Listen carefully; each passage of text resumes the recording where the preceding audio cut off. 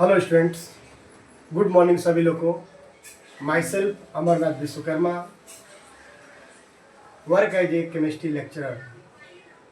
Today we are going to discuss about a very important topic that is called Bohr's models of atom. यानी आज का topic जो discuss करने वाले हैं केमिस्ट्री में सबसे इम्पोर्टेंट टॉपिक्स है। आपके नीट आईआईटी में भी क्वेश्चन से आते हैं जिसके एप्लीकेशन पर बहुत इम्पोर्टेंट है। तो आज का जो टॉपिक्स है bourse atomic model. Bohr's atomic model उस समय दिया गया जब रदरफोर्ड का मॉडल आपका एक्सप्लेन नहीं कर पाया, इलेक्ट्रॉन की स्टेबिलिटी को, लाइन स्पेक्ट्रा को, बहुत सारे टॉपिक है, डिमेरिट जो ड्रॉबैक था उसको नहीं कर पाया, तब जाकर नील्स बोर ने इस मॉडल को दिए थे। अब यह मॉडल का भी डिमेरिट्स है। अब इस मॉडल के लिए अगर बात करें तो इस मॉडल में कुछ पॉइंट है जो जानना आपके लिए बहुत इंपॉर्टेंट है। तो देखिए मैं यहाँ कुछ लिखा भी हूँ। बोर्स एटॉमिक मॉडल, इसके कुछ पास्टुलेट्स हैं। पहला पास्टुलेट्स है atom has a nucleus where all proton and neutrons are present and the size of nucleus is very small and it is present at the centre of atom. हम सभी लोगों को पता है कि जो एटम्स होता है, एटम का जो सेंटर पार्ट होता है जिसको हम न्यूक्लियस कहते हैं। क्या कहते हैं बच्चों? न्यूक्लियस। इस न्यूक्लियस में आपका प्रोटॉन पाया जाएगा। क्या पाया जाएगा? प्रोटॉन। और क्या पाया जाएगा? न्यूट्रॉन। यानी इस न्यूक्लियस में केवल क्या पाया जाएगा? प्रोटॉन और न्यूट्रॉन। यानी प्रोटॉन और न्यूट्रॉन केवल पाया जाएगा। क्योंकि प्रोटॉन पर पॉजिटिव चार्ज होता है, न्यूट्रॉन पर कोई चार्ज नहीं होता है, इसलिए न्यूक्लियस जो है पॉजिटिवली बिहेव करता है, यानी पॉजिटिव मानते हैं। और इस सेंटर पार्ट को ही क्या नाम रखा गया? न्यूक्लियस। क्या नाम रखा गया? न्यूक्लियस। और ये जो पार्ट होता है बहुत ही छोटा पार्ट होता है। एटम के कंपेयर में अगर बात करें, एटम के कंपेयर में बात करें, इसका जो साइज होता है, अगर एक फुटबॉल ग्राउंड देख लें और एक फुटबॉल देख लें, फुटबॉल को अगर मतलब फुटबॉल को फुटबॉल ग्राउंड में बीच में रख दें तो फुटबॉल जो है वो सेंटर की काम करेगा, अर्थात न्यूक्लियस की काम करेगा। अब पूरा जो ग्राउंड है वो पूरे एटम का साइज है। इतना ज़्यादा डिफरेंसेज होता है। समझ रहे हैं दोस्त स्टूडेंट्स? ओके, तो पहला पॉइंट आप सबको समझ आ गया। सेकेंड पॉइंट है negatively charge electron. Negatively charge electron, यानी जो इलेक्ट्रॉन होता है उस पर निगेटिव चार्ज होता है। Revolve around the nucleus in a circular path, यानी जो इलेक्ट्रॉन्स है इस न्यूक्लियस के चारों तरफ रिवॉल्व करता है, यानी चक्कर लगाता है एक सर्कुलर पथ में, एक वृत्ताकार पथ में। इस पथ को नाम दिया गया ऑर्बिट। दैट पथ इज कॉल्ड ऑर्बिट। यानी ये जो पाथ है, जो सर्कुलर पाथ है जहाँ इलेक्ट्रॉन रिवॉल्व करता है, इस पाथ का नाम दिया गया ऑर्बिट। ऑर्बिट कहते हैं। इसे हम सेल भी कह सकते हैं या एनर्जी लेवल भी कह सकते हैं। ऑर्बिट, एनर्जी लेवल और सेल। एक ऑर्बिटल भी होता है जो डिफरेंट होता है ऑर्बिट से, जो आगे आप लोग पढ़ेंगे। नेक्स्ट पॉइंट है the attraction force between nucleus and electron. क्योंकि भाई हमें पता है प्रोटॉन, जब न्यूक्लियस पॉजिटिवली चार्ज होता है प्रोटॉन की वजह से, तो यह पॉजिटिव चार्ज क्या करेगा? इस इलेक्ट्रॉन को अपने क्या करेगा? अट्रैक्ट करेगा। क्या करेगा? अट्रैक्ट करेगा। तो इस अट्रैक्शन फोर्स को कहते हैं कूलम्बिक फोर्स या इलेक्ट्रोस्टैटिक फोर्स ऑफ अट्रैक्शन बोलते हैं। जो प्रोटॉन इस इलेक्ट्रॉन को अपने क्या कर रहा है? अट्रैक्ट कर रहा है। तो वही लिखा गया the attraction force between nucleus and electron is equal to centrifugal force. अर्थात किसी भी एटम में जो इलेक्ट्रॉन जो रिवॉल्व कर रहा है न्यूक्लियस के चारों तरफ, उसमें दो तरह के फोर्स काम करता है। एक तो अट्रैक्शन फोर्स, जो प्रोटॉन जो न्यूक्लियस इलेक्ट्रॉन को अपने अंदर खींचता है, और एक होता है सेंट्रीफ्यूगल फोर्स, जो इलेक्ट्रॉन बाहर की ओर काम करता है, यानी प्रोटॉन के विपरीत कार्य करता है। समझ गया? और ये दोनों फोर्स जो है एक दूसरे के इक्वल हो जाते हैं, एक दूसरे के इक्वल होते हैं। और जब इक्वल होगा इसीलिए एटम के न्यूक्लियस में इलेक्ट्रॉन गिरता नहीं है, इसलिए एटम स्टेबल होता है। तो ये बहुत इंपॉर्टेंट पॉइंट है। नेक्स्ट पॉइंट कह रहा है कि electron revolve in those orbit. Electron केवल उस ऑर्बिट में रिवॉल्व करेगा जिसका एंगुलर मोमेंटम, जिसका कोणीय संवेग हिंदी में कहते हैं, इंग्लिश में कहते हैं एंगुलर मोमेंटम, जिसका एंगुलर मोमेंटम जो होगा h/2 पाई का इंटीग्रल मल्टीपल हो। h/2 पाई का इंटीग्रल मल्टीपल, यानी अगर मान लें हमारे पास बहुत सारा ऑर्बिट है, क्योंकि नील्स बोर बताया तो बहुत सारे ऑर्बिट हो सकते हैं, लेकिन सभी ऑर्बिट में इलेक्ट्रॉन रिवॉल्व नहीं करता है। केवल उसी ऑर्बिट में इलेक्ट्रॉन रिवॉल्व करेगा, उसी ऑर्बिट में इलेक्ट्रॉन रिवॉल्व करेगा जिसका एंगुलर मोमेंटम। एंगुलर मोमेंटम का मतलब क्या होता है? देखिए, एंगुलर मोमेंटम का मतलब होता है बच्चों, कोई भी ऑब्जेक्ट अगर सर्कुलर पाथ में लगातार गति कर रहा है, जिसका रेडियस r है और इसका मास जो है m है, और v वेलोसिटी से गति कर रहा है, तो इस मल्टीपल यानी जो एंगुलर मोमेंटम है एम को कहते हैं एंगुलर मोमेंटम। इसको और भी तरीके से समझ सकते हैं। अगर मान लें जो इलेक्ट्रॉन मूव कर रहा है ये 90 डिग्री परपेंडिकुलर होता है, तो इसके लिए बताया गया जो एंगुलर मोमेंटम यल होता है वह m यानी मास of electron, velocity of electron, radius. Radius का मतलब यहाँ लिख सकते हैं मतलब ये रेडियस होता है, यानी एम को कहते हैं एंगुलर मोमेंटम। आप सीधे जान लीजिए एम को क्या कहेंगे, एंगुलर मोमेंटम। ठीक है ना, ये एंगुलर मोमेंटम है। तो जो ये एंगुलर मोमेंटम होगा, जो एंगुलर मोमेंटम होगा यानी उस ऑर्बिट मतलब उस इलेक्ट्रॉन उसी ऑर्बिट में जो घूमेगा जिसका एंगुलर मोमेंटम जो होगा वह h/2 का होगा, यानी nh/2 पाई। क्योंकि यहाँ लिखा है इंटीग्रल मल्टीपल, इंटीग्रल का मतलब n जो है एक होल नंबर है, यानी nh/2 पाई का इक्विवल उसी ऑर्बिट में इलेक्ट्रॉन क्या करेगा, रिवॉल्व करेगा। अगर जहां n का वैल्यू हमेशा आपका 1 2 3 4 5 6 7 ऐसे इनफाइनाइट तक हो सकता है, लेकिन आपका फ्रैक्शन में नहीं हो सकता है। जैसे अगर मान लो n का वैल्यू 1/2 हो तो ये पॉसिबल नहीं है। समझ गए बच्चों? तो केवल इलेक्ट्रॉन उसी ऑर्बिट में रिवॉल्व करेगा जिसका एंगुलर मोमेंटम जो है nh/2 पाई। ये बहुत इंपॉर्टेंट फार्मूला है जिसके आगे हम लोग बहुत सारा इसका यूज करेंगे बोर रेडियस के कैलकुलेशन में, वेलोसिटी ऑफ इलेक्ट्रॉन में, एनर्जी ऑफ इलेक्ट्रॉन में, बहुत सारा इसका एप्लीकेशन जो आगे हम लोग पढ़ेंगे। तो आप यही समझ लीजिए इलेक्ट्रॉन केवल उसी ऑर्बिट में चक्कर लगाएगा, रिवॉल्व करेगा जिसका एंगुलर मोमेंटम जो होगा nh/2 पाई हो, जहाँ n जो एक होल नंबर 1 2 3 4 5 6 7 8 होगा, ना कि फ्रैक्शन होगा। फ्रैक्शन में कभी हो ही नहीं सकता है। ठीक है बच्चों, नेक्स्ट पॉइंट बताया गया कि द ऑर्बिट, यानी जो ऑर्बिट है, ये जो ऑर्बिट जिसमें इलेक्ट्रॉन रिवॉल्व कर रहा है, the orbit in which electron can revolve are known as stationary orbit. यानी जिस ऑर्बिट में इलेक्ट्रॉन रिवॉल्व करेगा, चक्कर लगाए, मान लीजिए नील्स बोर बताए थे भाई न्यूक्लियस के चारों तरफ बहुत सारा ऑर्बिट हो, लेकिन सभी ऑर्बिट में इलेक्ट्रॉन रिवॉल्व नहीं करता है। तो जिस ऑर्बिट में इलेक्ट्रॉन रिवॉल्व करेगा उसका जो उसको हम कहेंगे स्टेशनरी ऑर्बिट। क्या कहेंगे? स्टेशनरी ऑर्बिट कहेंगे। ये बहुत इंपॉर्टेंट पॉइंट है। स्टेशनरी ऑर्बिट इसलिए कहते हैं क्योंकि उस ऑर्बिट में इलेक्ट्रॉन का जो एनर्जी होता है हमेशा क्या होता है, कांस्टेंट होता है। Energy of electron in any orbit will be constant. हमेशा इलेक्ट्रॉन का एनर्जी किसी एक पर्टिकुलर ऑर्बिट में एनर्जी क्या होगा, कांस्टेंट होता है, इसलिए इसको बोलते हैं स्टेशनरी ऑर्बिट। अगर एनर्जी कहीं चेंज होता रहे, बदलता रहे, तो हम उसको स्टेशनरी नहीं कर सकते हैं। स्टेशनरी वर्ड वहीं यूज करेंगे जिसमें एनर्जी जो होगा कांस्टेंट होगा। एनर्जी कांस्टेंट की वजह से इस ऑर्बिट को हम एनर्जी लेवल भी कहते हैं। क्या कहते हैं? Energy level. First energy level, second energy level, third energy level. First का मतलब जो पहला सेल होगा वो फर्स्ट एनर्जी लेवल हो जाएगा, सेकंड वाला होगा सेकंड एनर्जी लेवल हो जाएगा, ऐसे करके, जिसको सेल भी कहते हैं, KLMN भी कहते हैं बच्चों। ये बहुत पॉइंट है, आप जानिएगा। नेक्स्ट पॉइंट है द इमिशन और एब्जॉर्प्शन। इमिशन और एब्जॉर्प्शन ऑफ एनर्जी। अगर एनर्जी का इमिशन हो रहा है या एब्जॉर्प्शन हो रहा है तो दो कंडीशन हो सकता है। वो दोनों कंडीशन क्या है? सबसे पहले आप इसका स्क्रीनशॉट ले लें बच्चों, बहुत इंपॉर्टेंट ये बोर्ड्स मॉडल है जो आपको समझना भी है। तो आप सभी स्क्रीनशॉट ले लिए। चलिए आगे देखें। इसमें पॉइंट बताया गया है, अगर कोई सेल है, मान लीजिए सेल है, सेल में या ऑर्बिट है, इसमें इलेक्ट्रॉन है। अगर इलेक्ट्रॉन लोअर एनर्जी लेवल से, चूंकि ये लोअर है, ये हायर है, अगर इलेक्ट्रॉन लोअर एनर्जी लेवल से इसमें जंप करके चला जाए हायर वाले में, तो क्या वैसे चला जाएगा? कभी नहीं। इसको एनर्जी चाहिए। ये एनर्जी जब एब्जॉर्ब करेगा, वही का एब्जॉर्प्शन। जब एनर्जी एब्जॉर्ब करेगा तो ये लोअर ऑर्बिट से या लोअर एनर्जी लेवल से इलेक्ट्रॉन जंप कर जाएगा हायर वाले में। अगर इलेक्ट्रॉन फिर से मान लीजिए हायर से फिर से लोअर में जाए तो एनर्जी क्या करेगा? रिलीज करेगा। दो कंडीशन है। अगर इलेक्ट्रॉन लोअर से हायर में जाएगा तो एनर्जी एब्जॉर्प्शन होगा, ठीक है। अगर हायर से इलेक्ट्रॉन लोअर में आएगा तो एनर्जी का क्या होगा? इमिशन होगा। लेकिन वो एनर्जी का एब्जॉर्प्शन या इमिशन एज ए फोटान के रूप में होगा, लाइट के रूप में होगा, रेडिएशन के रूप में होगा।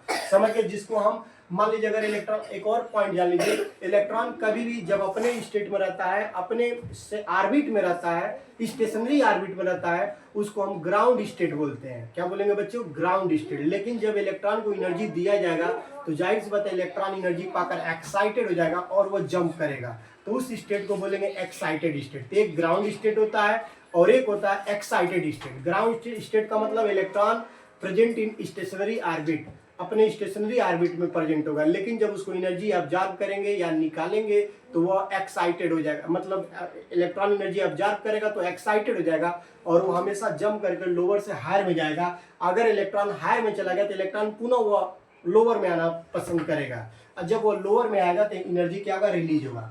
यानी इलेक्ट्रॉन नीचे से ऊपर करेंगे तो एनर्जी लगेगा, इलेक्ट्रॉन हायर से लोअर में आएगा तो एनर्जी क्या होगा, रिलीज होगा। तो वह एनर्जी जो रिलीज होता है delta E equal E2 minus E1, E2 minus E1, यानी E2 माइनस E1 आपका एनर्जी में चेंजिंग होगा। और चूंकि हम लोग जानते हैं E इक्वल होता है एच न्यू होता है, क्या होता है बच्चों, E इक्वल एच न्यू, और यह इसको E equal H C upon lambda भी होता है, क्योंकि नी इक्वल सी अपन लेमडा होता है। तो यह वैल्यू यहाँ भी रख सकते हैं, और रखने पर हम एक और फार्मूला फॉर्म हो जाएगा, यह delta E equal H C upon lambda 2 minus H C upon lambda 1 लिख सकते हैं। या delta E equal H C common ले लेंगे और ये बचेगा 1 upon lambda 2 minus 1 upon lambda 1। ये आपका फार्मूला होगा, क्योंकि हम अभी बताए हैं जो भी एनर्जी का एब्जॉर्प्शन या इमिशन होगा as a form of photon के फॉर्म होगा, और फोटान का जो एनर्जी होता है वह फ्रीक्वेंसी के डायरेक्टली प्रोपोर्शनल होता है, यानी ई डायरेक्टली प्रोपोर्शनल नहीं होता है। और जब हटाते तो कांस्टेंट यह चीज का जिसको बोलते हैं प्लांक कांस्टेंट, क्या बोलते हैं बच्चों, प्लांक कांस्टेंट। अब हमें पता न्यू इक्वल सी अपन लेमडा, तो यह वैल्यू रखेंगे तो आपका ये फार्मूला आ गया। चूंकि एच और C both will be constant, H Planck constant है और सी वेलोसिटी ऑफ लाइट है, दोनों कांस्टेंट, इसलिए मैं दोनों को कॉमन ले लूंगा और ये फार्मूला है 1 upon lambda 2 minus 1 upon lambda 1। ये जो फार्मूला है हम उस समय यूज करेंगे जब इलेक्ट्रॉन हायर से लोअर में जा रहा है, जो एनर्जी रिलीज हो रहा है उसका वैल्यू हम लोग कैलकुलेट कर सकते हैं। यदि हमें वेवलेंथ पता होगा या एनर्जी पता होगा तो हम आसानी से उस इलेक्ट्रॉन की जो भी एनर्जी मतलब चेंजिंग हो रहा है उसे हम कैलकुलेट कर सकते हैं बच्चों। ये भी फार्मूले आगे बहुत यूजेज हैं जो आपको जानना चाहिए। तो आप देखिए लिखा भी है, द इमिशन और absorption of energy in the form of photon can only occur when electron jump from one stationary state to another या higher to lower orbit, okay, तब ये पॉसिबल होगा बच्चों। तो ये रहा बोर्स का एटॉमिक मॉडल, जो आपको आशा करता आपको समझ आया होगा। तो आप इसे स्क्रीनशॉट ले लें बच्चों। इसके आगे मैं बोर्स का एप्लीकेशन बताऊंगा जो बहुत इंपॉर्टेंट है, जिसके द्वारा हम लोग रेडियस निकालेंगे, एनर्जी निकालेंगे, इसके अलावा वेलोसिटी ऑफ इलेक्ट्रॉन निकालेंगे, जो आपको समझना बहुत जरूरी है। पहले आप इसे नोट करिए, तब मैं इसका एप्लीकेशन बताऊंगा। आप इसे नोट कर लें बच्चों। ओके, नोट कर लिए, गुड। अब मैं इसका एप्लीकेशन बताने जा रहा हूं, जिसमें सबसे पहला है बोर्स रेडियस। बोर्स रेडियस या रेडियस कैलकुलेशन कैसे किया जाएगा। एक और इसका डिमेरिट अगर बात करें इस बोर्स एटॉमिक मॉडल का, तो यह मॉडल अगर देखा जाए या इसका जो भी एप्लीकेशन है केवल उस स्पीसीज पर एप्लीकेबल है जिसमें केवल सिंगल इलेक्ट्रॉन स्पीसीज यानी सिंगल इलेक्ट्रॉन हो। ये बहुत डिमेरिट है, ये सबसे बड़ा डिमेरिट अगर देखा जाता है। तो पहला एप्लीकेशन में बात करें, application of Bohr's model, Bohr's atomic model, यानी बोर्स एटॉमिक मॉडल की एप्लीकेशन क्या है। तो सबसे पहला एप्लीकेशन है Bohr's radius, calculation of Bohr's radius, यानी बोर्स रेडियस कैसे कैलकुलेट करेंगे, ये सबसे इंपॉर्टेंट है। तो सबसे पहले मैं एक और बता दूं, यह थियरी, ये जो भी मॉडल है नील्स बोर ने दिया था। इसके लिए इनको नोबेल प्राइज भी से मिला गया, नोबेल प्राइज भी दिया गया, क्योंकि यह मॉडल जब आया तो जाहिर सी बात है यह केमिस्ट्री में एक तरह से रिवोल्यूशन ला दिया। अब इसका जो पहला एप्लीकेशन है बोर्स रेडियस, यह जो एप्लीकेशन है केवल उस पर लागू है जो सिंगल इलेक्ट्रॉन स्पीसीज पर ये लागू होता है। बहुत इंपॉर्टेंट पॉइंट है। सिंगल इलेक्ट्रॉन स्पीसीज का मतलब प्रोटॉन 1 2 3 4 हो सकता है, बट इलेक्ट्रॉन हमेशा कितना होगा, 1 होगा। इलेक्ट्रॉन कितना होगा, हमेशा 1 होगा। इलेक्ट्रॉन कितना होगा, 1। जैसे हाइड्रोजन है आपका सिंगल इलेक्ट्रॉन है, आपका हीलियम प्लस है, ये भी सिंगल इलेक्ट्रॉन है, क्योंकि He प्लस का मतलब 1 इलेक्ट्रॉन निकाल दो भाई। इसमें Z का वैल्यू 1 होगा, इसमें Z का वैल्यू 2 होगा, लेकिन इलेक्ट्रॉन यहाँ 1 है, इसमें इलेक्ट्रॉन इसमें भी क्या होगा, 1 होगा। Li2 प्लस है, इसमें प्रोटॉन 3 होगा, इलेक्ट्रॉन 1 होगा। बेरिलियम 3 प्लस है, इसमें आपका प्रोटॉन आपका 4 होगा, लेकिन इलेक्ट्रॉन कितना होगा, 1 होगा। इस तरह सभी में देखो 1 इलेक्ट्रॉन है, यानी सिंगल इलेक्ट्रॉन स्पीसीज है, और इसी पर ये लागू होगा। तो इसे भी आप याद रखे रहेगा। आपको बता दें, जब इलेक्ट्रॉन रिवॉल्व करता है सर्कुलर पाथ में, जिसको ऑर्बिट बोलते हैं, तो एक निश्चित कांस्टेंट वेलोसिटी से रिवॉल्व करता है, जहां पर दो तरह के फोर्स काम करता है जो मैं बताया था, निल्स बोर ने बताया था। एक आपका इलेक्ट्रोस्टैटिक फोर्स या कूलम्बिक फोर्स, और सेकंड क्या था आपका, सेकंड था आपका सेंट्रीफ्यूगल फोर्स। ये दोनों फोर्स एक दूसरे के इक्विवेलेंट होता है, इसीलिए इलेक्ट्रॉन न्यूक्लियस में गिरता नहीं है। तो पहले हम उस फोर्स की बात करें, पहले आप इसे नोट कर ले बच्चों, नोट कर लिया आप सभी लोग।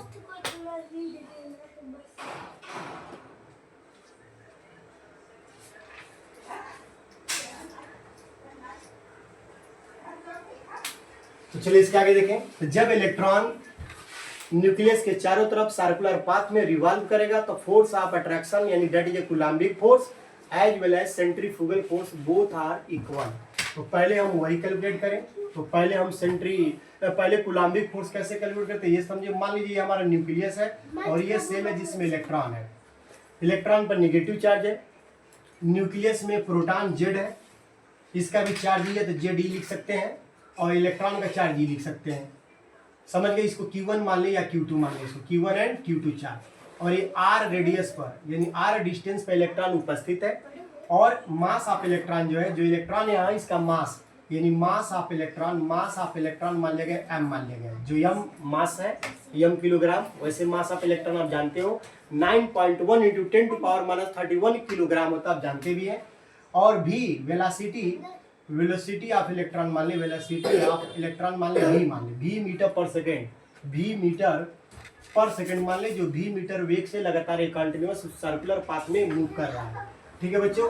तो देखिए, तो ये बताया गया जो फोर्स ऑफ अट्रैक्शन है यानी जो कूलम्बिक फोर्स है वह इलेक्ट्रॉन और न्यूक्लियस के बीच में काम करता है, और जो न्यूक्लियस है वो इलेक्ट्रॉन को अपने क्या करेगा, अट्रैक्शन करेगा। तो जो फोर्स ऑफ अट्रैक्शन है दो फैक्टर पर डिपेंड करता है। पहला एक रेडियस पर, इस एटम के रेडियस पर डिपेंड करेगा। भाई जितना ज्यादा रेडियस बढ़ाओगे तो फोर्स ऑफ अट्रैक्शन का वैल्यू इतना ही क्या होगा, कम होगा। और सेकंड जो है मैग्नीट्यूड ऑफ चार्ज का अमाउंट जितना ज्यादा रहेगा, चार्ज का अमाउंट जितना ज्यादा रहेगा तो उसमें अट्रैक्शन भी क्या होगा, ज्यादा होगा। तो इसमें ये बताया गया कि force of attraction directly proportional होता है Q1 एंड Q2 यानी charge on proton and electron. चूंकि इलेक्ट्रॉन का चार्ज तो एक ही रहेगा, प्रोटॉन का वैल्यू आपका बदलता जाएगा, तो जितना चार्ज का वैल्यू रहेगा फोर्स ऑफ अट्रैक्शन उतना ही क्या होगा, ज्यादा होगा। इसी तरह सेकंड बताया गया कि जो फोर्स ऑफ अट्रैक्शन होगा वह यूनिवर्सली होता है रेडियस के स्क्वायर के। भाई रेडियस जितना बड़ा होगा फोर्स ऑफ अट्रैक्शन भी क्या होगा, कम होगा। अब इन दोनों इक्वेशन को मिला दिएगा तो हम लिख सकते हैं F directly proportional Q1 Q2 upon R square, लिख सकते हैं बच्चों।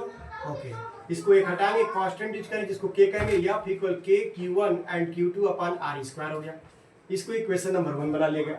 चूंकि ये जो इलेक्ट्रॉन का चार्ज है, चूंकि सिंगल इलेक्ट्रॉन जिसका चार्ज तो ठीक है भाई E का E रहेगा, लेकिन ये जो है ये जो Q1 है ये क्या होगा, ZE होगा। ZE क्यों, क्योंकि Z का वैल्यू आपका 1 2 3 4 5 बदल सकता है, लेकिन E का वैल्यू बदलेगा नहीं। इसलिए हम इस इक्वेशन को ऐसे लिख सकते हैं, F equal K and Q1 के प्लस के क्या लिखेंगे, ZE into E upon R square, या F equal K and ZE square by R square. तो ये जो आपको निकला बच्चों, ये जो आपको दिखाई दे रहा है इक्वेशन नंबर 4 मान लीजिए। ये जो इक्वेशन था मतलब जस्ट फॉर्म हुआ, इस इक्वेशन को बोलेंगे कूलम्बिक फोर्स ऑफ अट्रैक्शन। यानी यही फोर्स जो है उस एटम में काम करता है, न्यूक्लियस और इलेक्ट्रॉन के बीच में काम करता है, जिससे इलेक्ट्रॉन न्यूक्लियस को खींचा हुआ महसूस करता है।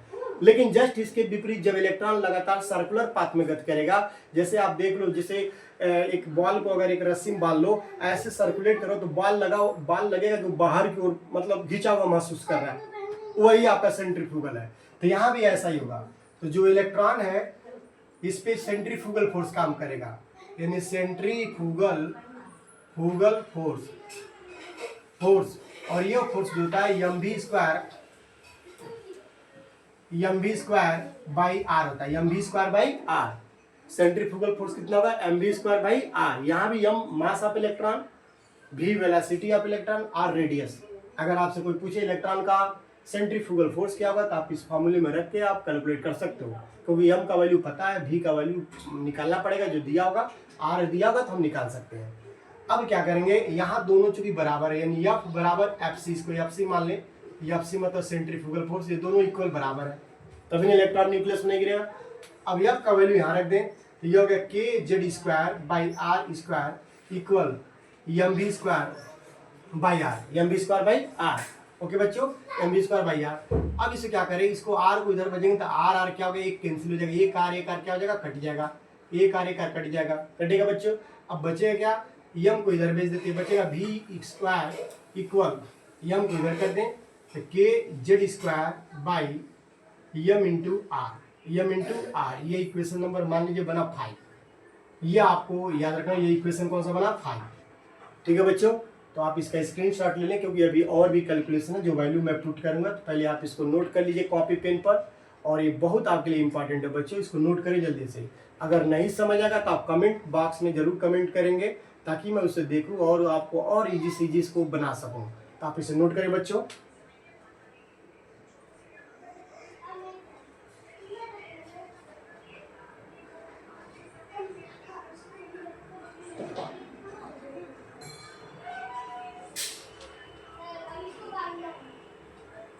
ओके, अब इसके बाद देखिए, इसके बाद क्या आएगा, इसके बाद और भी हम वैल्यू पुट करेंगे।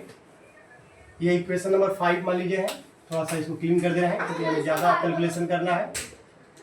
अब देखें, चूंकि हम जानते हैं जो एंगुलर मोमेंटम ऑफ इलेक्ट्रॉन होता है according to Bohr's model, angular momentum यानी एम वी आर इक्वल होता है NH अपन क्या होता है बच्चों, 2 पाई होता है, NH अपन 2 पाई। इन इलेक्ट्रॉन उसी ऑर्बिट में रिवॉल्व करेगा जिसका एंगुलर मोमेंटम NH अपन 2 पाई हो। अब यहाँ भी रन दे तो भी इक्वल लिख सकते हैं NH अपन 2 पाई इंटू यम और आर को इधर कर दे, यम इंटू आर। अब इस वैल्यू को यहाँ भी है, इक्वेशन नंबर 5 जो अभी आप लिखे हैं, और यहाँ भी है, इसके जगह हम पुट करेंगे। यानी ये वैल्यू आप यहाँ रखोगे बच्चों, ये वैल्यू क्या करेंगे, यहाँ रखेंगे। तो इक्वेशन नंबर 5 से फ्रॉम इक्वेशन 5 में रखेंगे। क्योंकि यहाँ भी स्क्वायर है, यहाँ भी है, तो मैं इसका स्क्वायर कर दूँ तो उसके इक्विवेलेंट हो जाएगा। सो भी के जगह हम ये रखेंगे NH upon 2 pi M into R का टोटल का क्या हो जाएगा, स्क्वायर, क्योंकि ये भी स्क्वायर है बच्चों ना, and equal K and Z square by M into R, M into R. तो आपको इतना समझ आया मैं कैसे किया, एक और सुने। M B R equal NH upon 2 pi, भी equal NH upon 2 pi M R. In place ये इक्वेशन नंबर 5 में भी के जगह वैल्यू रखेंगे, क्योंकि यहाँ भी स्क्वायर है और यहाँ भी है, तो मैं इसका टोटल का स्क्वायर कर दूं तो भी स्क्वायर का इक्विवेलेंट हो जाएगा, तो मैं इसको रख दिया। ठीक है बच्चों, ओके। अब इसको देखो सॉल्व किया जाए। अब सॉल्व करेंगे तो यहाँ देखिए स्क्वायर करे तो हो जाएगा N square H square upon 2 का स्क्वायर करो 4, अब पाई स्क्वायर हो जाएगा, यम स्क्वायर हो जाएगा and R square equal K and Z E square by M into R. होगा बच्चों, सिंपल है। अब इसको सॉल्व करें, अगर इसको इधर भेजें, इसको क्या करिए आप, चूंकि हमें आर का वैल्यू निकालना है, किसका वैल्यू निकालना है, आर मतलब रेडियस का। तो अगर इसको देखा जाए तो यम और आर एक एक स्क्वायर वाले से एक एक कट जाएगा, कटेगा। ओके, अब क्या बचेगा हमारा, यहाँ देखिए क्या क्या बच रहा है, यहाँ देखिए बच्चों, यहाँ देखिए आप लोग क्या क्या बचेगा। इसको क्या करिए, एक यम एक आर को उधर भेज दिया, यानी N square H square upon 4 pi square M, R को मैं उधर भेज रहा हूँ, और इसको इधर भेज दिया जाए, यानी के एंड जेड ई स्क्वायर। देखिए बच्चों, मैं इसको यहाँ कर दिया, ठीक है, आर को मैं उधर भेज दिया, इक्वल क्या हो गया आर, इक्वल क्या हो गया आर। देखिए कोई गलती नहीं होना चाहिए, गलती हो तो सब आपका आंसर गलत आ जाएगा। तो देखिए आर इक्वल आ गया N square H square upon 4 pi square into M, एक यम कैंसिल हो गया, आर को मैं उधर भेज दिया, के and Z and E square. ठीक है, तो ये आपका फार्मूला होगा जो हम रेडियस कहते हैं। अब इन सभी का वैल्यू आप पुट करेंगे, ये आपका फार्मूला, इसी फार्मूले से हम कैलकुलेट करेंगे, क्योंकि अब इसका मतलब आर बराबर एन स्क्वायर एच स्क्वायर आपका 4 पाई स्क्वायर एंड के जेड ई स्क्वायर एम। अब इस फार्मूले मान लो क्वेश्चन नंबर 7 या 6 जो भी है, ये 6 मान लेंगे। ठीक है बच्चों, अब ये हमारा फार्मूला है, इसी फार्मूले में इन सभी का वैल्यू पुट करेंगे। जैसे एच एक प्लांक कांस्टेंट है जिसका वैल्यू पुट करेंगे, आपका के कूलाम्बिक कांस्टेंट है, जेड आपका भाई जेड बदलता रहेगा, जेड का वैल्यू नहीं रखेंगे, ई का वैल्यू रख सकते हैं, यानी इसमें एन और जेड का वैल्यू चेंज हो सकता है, बाकी सभी का वैल्यू क्या होगा, कांस्टेंट होगा। क्योंकि एन का वैल्यू मान लो फर्स्ट ऑर्बिट होगा, सेकंड ऑर्बिट होगा, सबके लिए अलग अलग रेडियस आएगा। जेड भी आपका जेड मतलब कोई हाइड्रोजन है तो एक आएगा, हीलियम प्लस है तो 2 आएगा, लिथियम प्लस 2 है तो 3 आएगा। यानी जेड और एन का वैल्यू बदलता जाएगा, लेकिन बाकी अन्य का वैल्यू चेंज नहीं होगा, यानी सब कांस्टेंट है। यानी एच जिसको हम बोलते हैं प्लांक कांस्टेंट, प्लांक कांस्टेंट बोलते हैं बच्चों, प्लांक कांस्टेंट, जिसका वैल्यू होता है 6.626 इंटू 10⁻34 जूल सेकेंड या किलोग्राम मीटर स्क्वायर सेकेंड हुई होता है, सेकेंड इनवर्स। ये हो गया एच। आपका ई चार्ज ऑफ इलेक्ट्रॉन जिसका वैल्यू 1.6 इंटू 10⁻19 कूलम होता है, ई का value. M mass of electron जिसका वैल्यू होता है 9.1 इंटू 10⁻31 किलोग्राम, ये मास ऑफ इलेक्ट्रॉन है। एंड क्या बचा इसमें, के आप एक स्थिरांक है जिसका वैल्यू 9 इंटू 10⁻9 आपका कूलम मीटर पर स्क्वायर। एक मिनट बच्चों, थोड़ा metre square coulomb per square, ये आपका है, ये गलत में लिखा, एक minute. Joule metre square coulomb per square, ये आपका है, ये के का वैल्यू है। अब पाई वैल्यू आप जानते हैं 22.7 होता है। ये सभी वैल्यू देखिए कांस्टेंट हो गया, इन सभी वैल्यू के आप पुट करेंगे, तो आप इसे पहले नोट कर ले बच्चों, इसे नोट करिए जल्दी से, आप जल्दी नोट करें, ये सब आपके इंपॉर्टेंट है, ये आपको आना चाहिए। ये वैल्यू जो एक कांस्टेंट है, ये जूल है मीटर स्क्वायर पर कूलम पर स्क्वायर, इसको नोट कर लीजिए। इलेक्ट्रॉन का मास 9.1 माइनस 10⁻31 किलोग्राम होता है, आप जानते हैं। ओके, अब ये सभी वैल्यू इस इक्वेशन में पुट करेंगे, यानी इक्वेशन नंबर 7 में। अब इस 7 में वैल्यू पुट करेंगे तो आपका आंसर आएगा। तो देखिए मैं सबका वैल्यू रखूंगा, तो आर इक्वल एन स्क्वायर, जो कॉमन है पहले उसको कर लो, एन स्क्वायर और जेड, ये तो कॉमन है भाई, इंटू बाकी एच स्क्वायर का वैल्यू क्या है 6.626 इंटू 10⁻34 का टोटल का स्क्वायर हो जाएगा, देखिए स्क्वायर है अपान 4। अब पाई का वैल्यू 22.7 का स्क्वायर हो जाएगा, क्योंकि पाई स्क्वायर है। के वैल्यू आपका है, के वैल्यू देखिए कहाँ है 9 इंटू 10⁻9 आपका, सॉरी -9 कर रहे हैं, 9 10⁻9 है, ये आपका के का वैल्यू हो गया। और क्या आपका वैल्यू है आपका जेड तो आपका उधर कर दिए, ई का वैल्यू आपका 1.6 इंटू 10⁻19 कूलम, ये हो गया। सी का ई का वैल्यू हो गया। और यह मतलब मास ऑफ इलेक्ट्रॉन 9.1 इंटू 10⁻31 किलोग्राम। ये सभी वैल्यू मैं यहाँ रख दिया, ये सभी वैल्यू क्या किया बच्चों, मैं पुट कर दिया। और सभी वैल्यू को जब सॉल्व किया जाएगा तो इसको पहले आप नोट कर लें, इसको नोट करिए जल्दी से, इसको आप कॉपी पेन उठाइए और इसको नोट करें।